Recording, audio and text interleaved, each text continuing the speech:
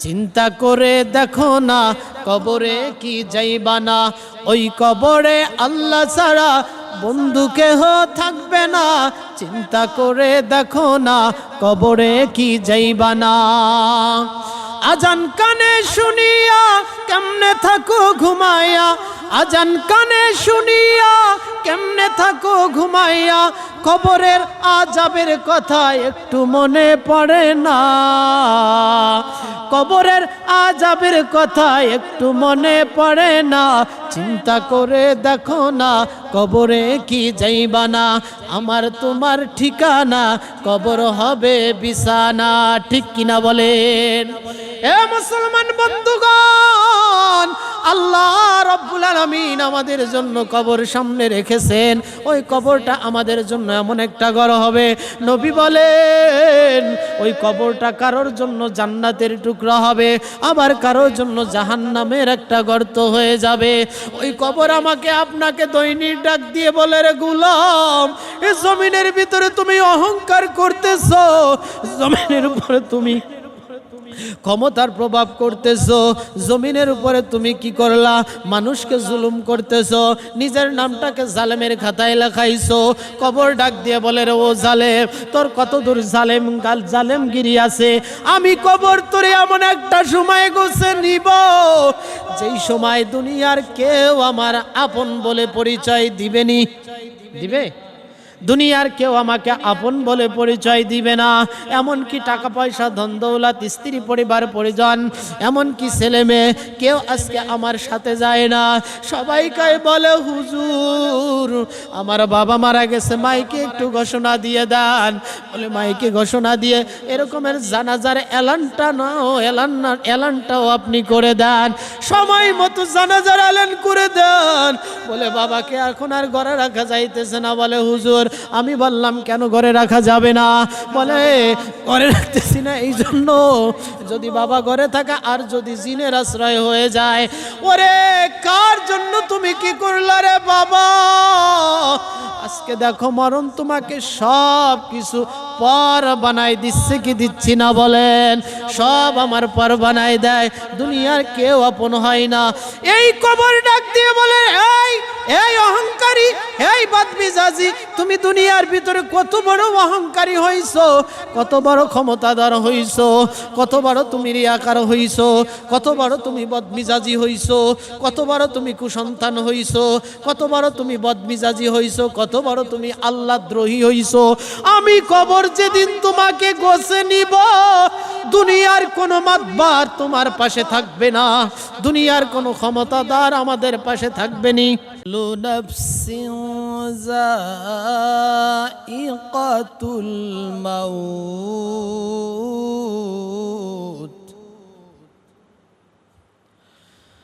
সুম্মা ইলাইনা তুরজাউন।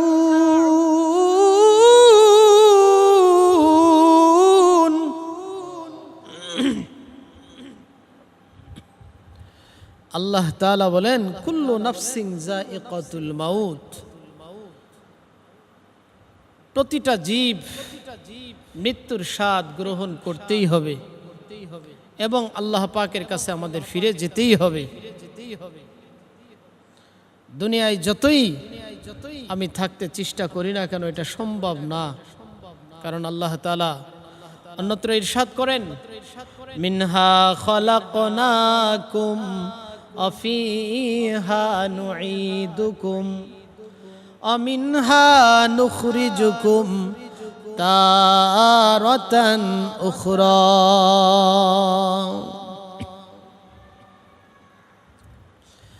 আল্লাহ তাআলা ডাক দিয়ে বলেন,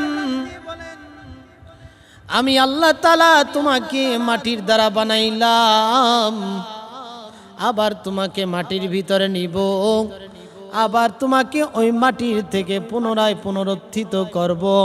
এই ক্ষমতা একমাত্র কার আছে? ইন্নাল্লাহা আলা কুল্লি শাইইন কাদির। প্রত্যেকটা বস্তুর উপরে একমাত্র ক্ষমতা রাখেন কে? প্রতিটা বস্তুর উপরে ক্ষমতা একমাত্র আল্লাহই রাখেন। দুনিয়ার কোনো মাখলুক ক্ষমতা রাখেনি, রাখে? আল্লাহ যদি কারোর কোনো মুসিবত দিয়ে পরীক্ষা নিতে চায়, দুনিয়ার কোনো মানুষ মুসিবতকে দূরে সরাইতে পারবে না। আবার আল্লাহ যদি কারোর মুসিবত সরাইয়া দেয়, সুখ শান্তিতে রাখে, দুনিয়ার কোনো মানুষ ওই মুসিবত দিয়ে তাকে গ্রেফতার করতে পারবে না। এই জন্য আল্লাহর কাছে কিছু বিষয় আছে উত্তম, যেটা আমাদের কাছে অপছন্দের, আবার আমাদের কাছে কিছু বিষয় আছে পছন্দের, কিন্তু আল্লাহর কাছে ওইটা বড় উত্তম, ওইটা বড় না পছন্দ। কিছু বিষয় আছে আমাদের কাছে পছন্দ, কিন্তু আল্লাহর কাছে কি না পছন্দ। কিছু বিষয় আছে আমাদের কাছে না পছন্দ, কিন্তু আল্লাহর কাছে কি পছন্দের। আল্লাহ তাআলা বলেন, আসা আন তাকরাহু শাইআন ওয়া হুয়া খায়রুল লাকুম। এ বান্দা, দুনিয়ার ভিতরে তোমার কাছে কিছু বিষয় আছে যেগুলো তোমার কাছে খারাপ, কিন্তু মালিকের কাছে বড় উত্তম। ওরে বান্দা, তোমার নামাজ না পড়িয়া শুধু ব্যবসা করতে মনে চায়, কারণ টাকা নগদে আসে, এটা তোমার কাছে বড় ভালো লাগে, কিন্তু মালিকের কাছে বড় খারাপ, অর্থাৎ আল্লাহর কাছে বড় খারাপ, ঠিক কিনা? এ বান্দা, এ বান্দা, তোমার কাছে বড় মজা লাগে দুধ বিক্রি করিয়া তুমি মদ খাও, মদ খাও, এটা তোমার কাছে বড় মজা, কিন্তু আল্লাহর কাছে বড় খারাপ, ঠিক কিনা? আল্লাহর কাছে বড় খারাপ। এজন্য কিছু কিছু বিষয় আছে যেগুলো আমাদের কাছে ভালো, কিন্তু মালিকের কাছে খারাপ। আবার যেগুলো মালিকের কাছে খারাপ, ওগুলো আবার আমাদের কাছে মাঝে মধ্যে ভালো লাগে। আল্লাহ ডাক দিয়ে কয়, এই যে ভালো মন্দ যারা যাচাই করিয়া একমাত্র মালিককে যারা পছন্দ করিয়া মালিকের পছন্দ অনুযায়ী যারা জীবন যাপন করবে, তারাই হবে একমাত্র জান্নাতি। কি হবে? তারাই হবে জান্নাতি, তারাই হবে জান্নাতি।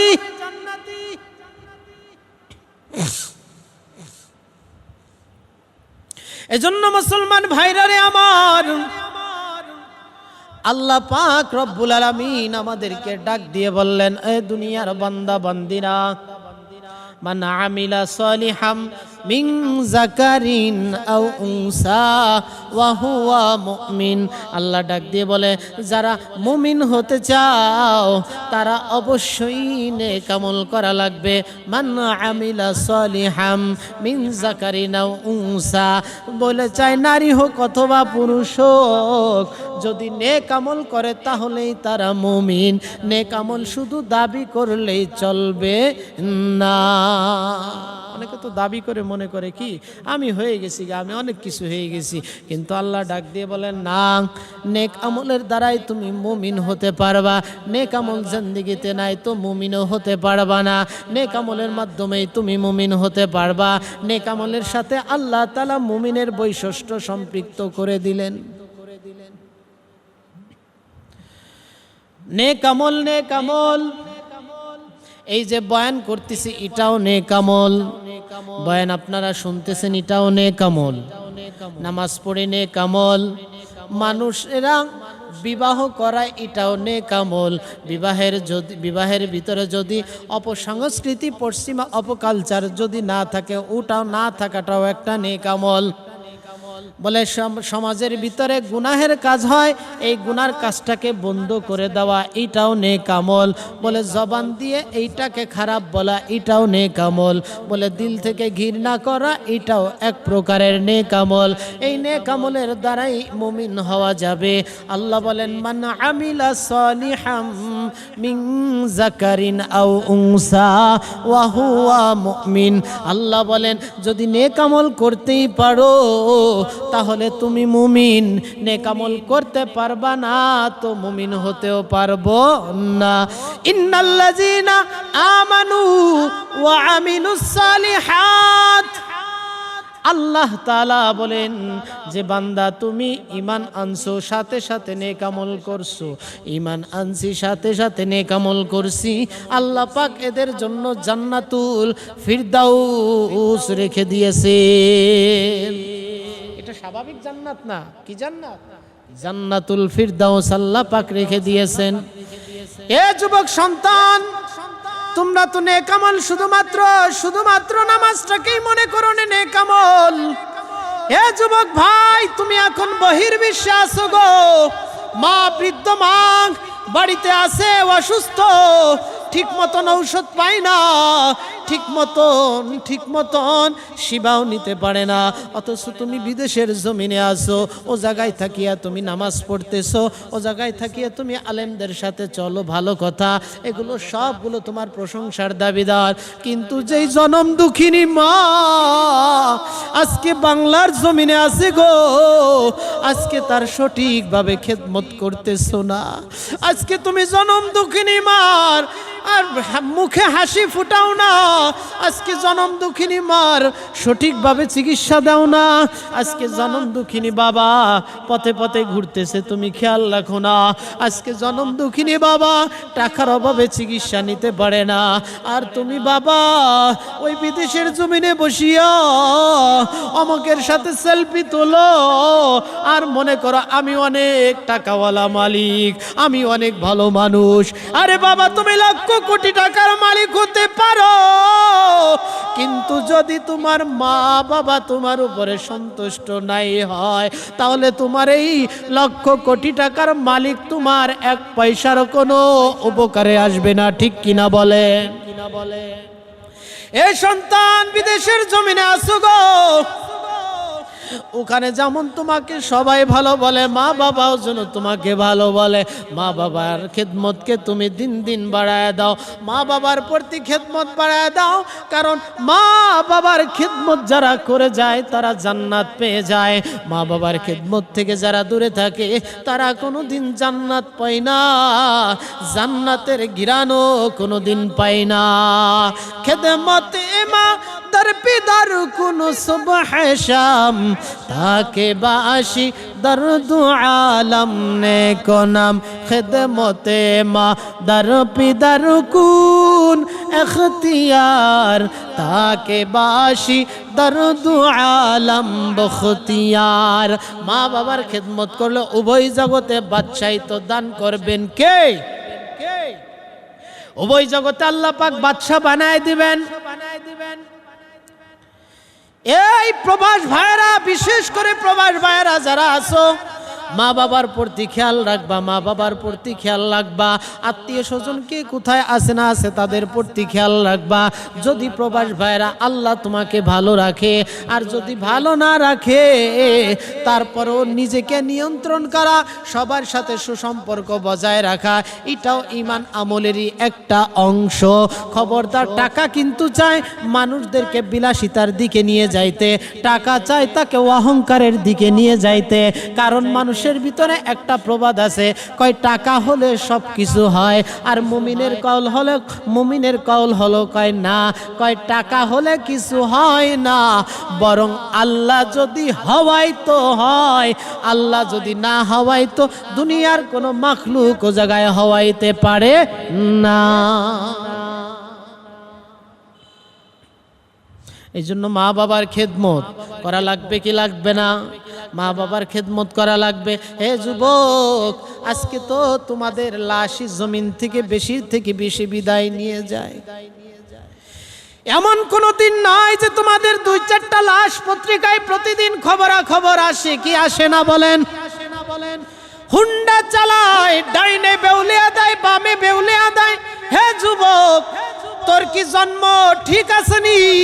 যদি সত্যিকারের জন্ম ঠিক থেকে থাকে রে যুবক, তাহলে তুমি কেন এরকম ভাবে বেউলিয়া দিয়া মানুষকে এমন ভাবে অসুস্থ মানুষগুলো তোমার ওই সাউন্ডের কারণে তারা কম্পিত হতে থাকে। ছোট ছোট বাচ্চারা যারা রাস্তার পাশে ঘর বাড়ি আছে, বাচ্চাগুলো মনে করেন হাউ মাউ করে চিৎকার মারতে থাকে। ওরে সন্তান, আজকে তুমি টাকার প্রভাবে পড়িয়া, ক্ষমতার প্রভাবে পড়িয়া নিজেকে নিয়ন্ত্রণ করতে পারো নয়, যেমন মনে চায় তুমি তেমনই চলতেছো রে বাবা।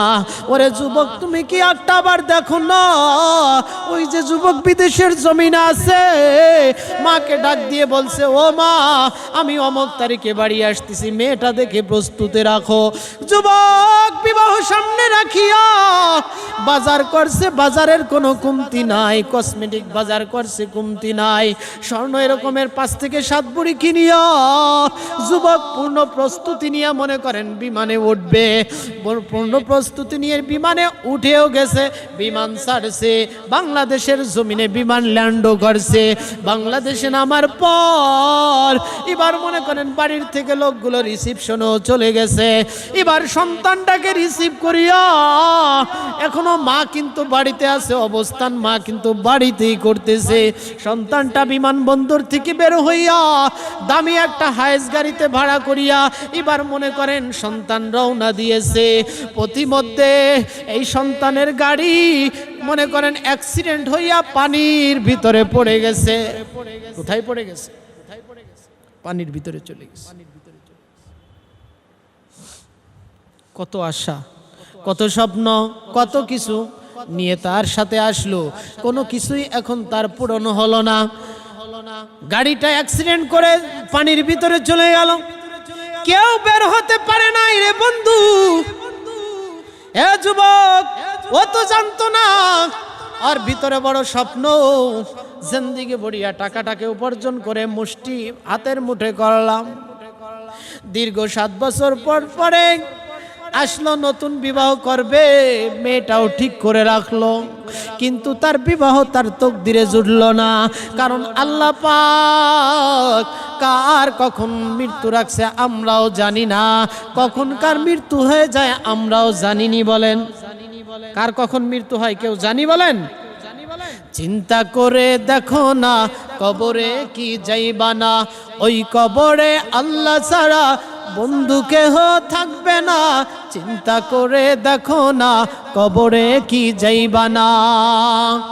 আজান কানে শুনিয়া কেমনে থাকো ঘুমাইয়া, আজান কানে শুনিয়া কেমনে থাকো ঘুমাইয়া, কবরের আযাবের কথা একটু মনে পড়ে না, কবরের আযাবের কথা একটু মনে পড়ে না। চিন্তা করে দেখো না কবরে কি যাইবা না, আমার তোমার ঠিকানা কবর হবে বিছানা। ঠিক কিনা বলেন? এ মুসলমান বন্ধুগণ, আল্লাহ রাব্বুল আলামিন আমাদের জন্য কবর সামনে রেখেছেন। ওই কবরটা আমাদের জন্য এমন একটা ঘর হবে, নবী বলেন ওই কবরটা কারোর জন্য জান্নাতের টুকরা হবে, আবার কারোর জন্য জাহান্নামের একটা গর্ত হয়ে যাবে।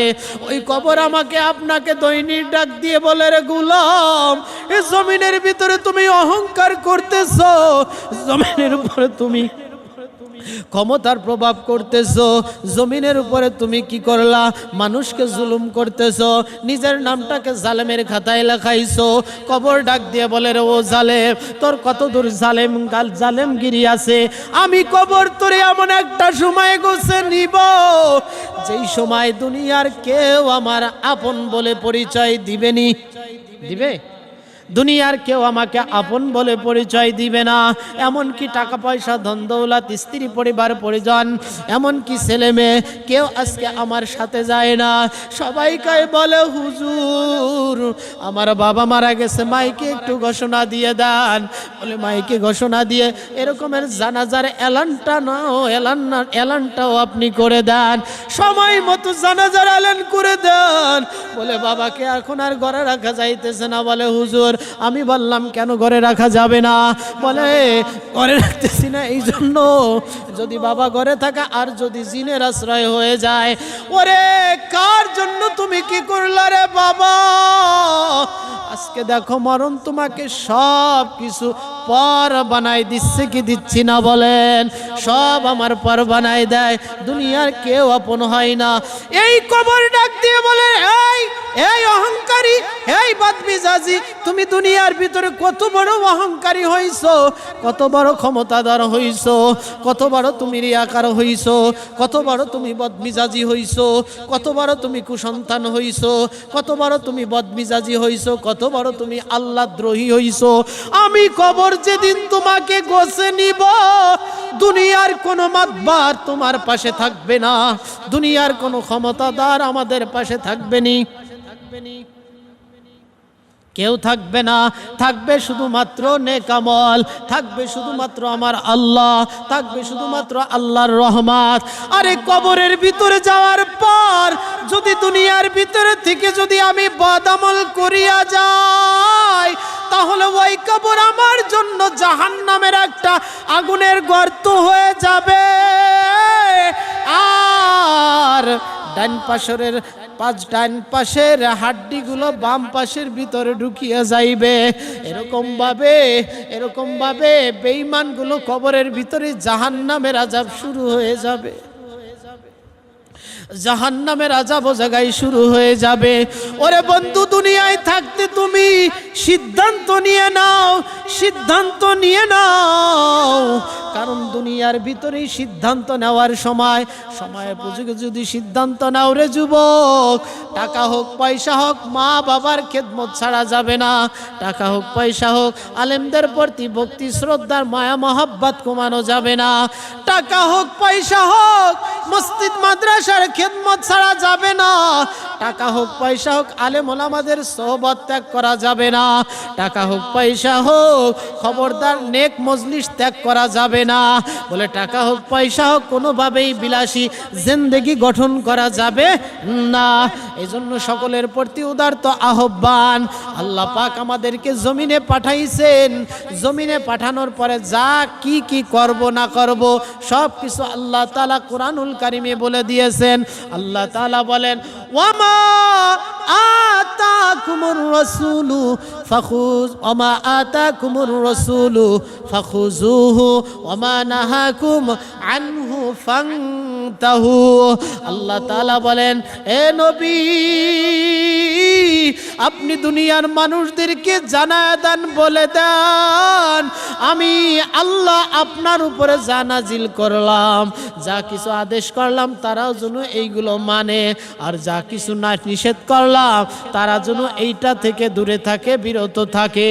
এই যে যা কিছু আদেশ করলো ধরলাম, যা কিছু নিষেধ করলো এইটাকে আমরা দূরে রাখলাম। বলে এই যে দুইটা গুণ, এই দুইটা গুণ যদি আমরা মজবুতের সাথে ধরতে পারি রে মুসলমান, তাহলে আমাদের পরিবারটাও বড় সুখের হয়ে যাবে, শান্তির হইব। সন্তানগুলোকে বড় করব, রসুলের মহাব্বত দিয়ে বড় করব। বলে সন্তান মাথায় টুপি দাও, টুপি দিয়ে খাবার খাও, বলে নবীর সুন্নাত। কন্যাগুলো বড় হইবে, নবীর আদর্শ আল্লাহর বিধান দিয়ে বড় করব। বলে রে কন্যা বড় হইতেছো, মাথায় স্কার্ফ নাও, এরকমের গায়ে বোরকা পরে পরে তুমি বের হইবা। বাহিরে যদি যেতে হয় তাহলে একজন ভাই অথবা বাবার সাথে একটা উপযুক্ত মেয়ে বের হবে। ওরে এই আল্লাহর বিধান নবীর আদর্শগুলো যখন শুরু থেকেই পারিবারিকগতভাবে শিক্ষা দেওয়া হবে, বলেন ওই মেয়েটা কোনোদিন বেপরদা হবে কোনোদিন বেপরদা হবে না। রসুলের মহাব্বত তার ভিতরে থাকবে, আল্লাহর হুকুম মানার মহাব্বত তার ভিতরে থাকবে। এই যে একটা মহাব্বত, এই মহাব্বতের কারণেই আল্লাহ তাআলার কাছে বান্দা নাজাত পেয়ে যাবে। আল্লাহ বলেন, ওয়াল্লাযীনা আমানু আশাদ্দু হুব্বাল লিল্লাহ। আল্লাহ বলেন যারা মুমিন মুমিনাত হবে তাদের মহাব্বত আল্লাহর সাথে সবচাইতে কম না বেশি? সবচাইতে বেশি কার সাথে মহব্বত? আল্লাহর সাথে মহব্বত। কার সাথে? আল্লাহর সাথে মহব্বত। আল্লাহর সাথে মহব্বত, আল্লাহর সাথে মহব্বত জমাইতে পারলে মালিকের সাথে অন্য রকমের একটা সম্পর্ক স্থাপন হবে। আর যেই সম্পর্কের কারণে শেষ রাত্রে আপনি উঠতে বাধ্য হবেন, মালিকের কদমে সিজদা দিলে অন্য রকমের মজা পাবেন, মালিকের নিয়ামতের শুকরিয়া আদায় করলে অন্য রকমের একটা অনুভূতি সঞ্চার হবে। আল্লাহ আমাদের সকলকে ওই মালিকের শুকরগুজারি বান্দা হয়ে এবং মালিকের প্রতিটা হুকুম যেন পুঙ্খানুপুঙ্খানুরূপে আদায় করে চলতে পারি, আল্লাহ তৌফিক দান করেন। আখিরু দাওয়ানা আনিল হামদুলিল্লাহি রাব্বিল আলামিন। আসসালামু আলাইকুম ওয়া রাহমাতুল্লাহ।